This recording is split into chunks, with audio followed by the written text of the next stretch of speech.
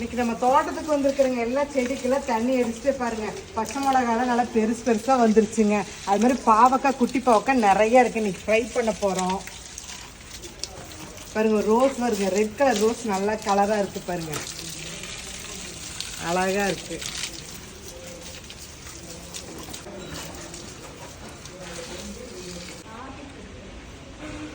நம்ம தோட்டத்தில் வந்த கொடி செம்மங்கிங்க. இது அப்படியே இப்படியே வச்சுக்கலாம், நல்லா கோத்து வச்சாலும் நல்லா இருக்குங்க. மனம் சூப்பராக இருக்கு பாருங்க. இது வந்து நீட்ட மிளகா. நம்ம செடி போட்டு அதை எடுத்து நம்ம சமைச்சு சாப்பிட்றப்ப அந்த டேஸ்ட்டும் நல்லா இருக்கும், ஒரு சந்தோஷமாகவும் இருக்கும். பொரிச்சுக்கலாங்களா?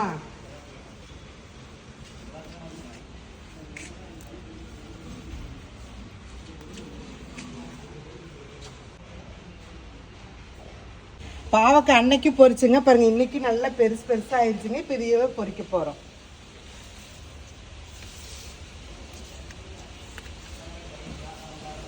இந்த குட்டி பாவக்காயை ஃப்ரை பண்ணி சாப்பிட்டா செமையா இருக்குங்க. பாவக்காய் பாருங்க, இது பழுத்து இருக்கு. இது புளிக்குழம்பு வச்சா நல்லா இருக்குங்க.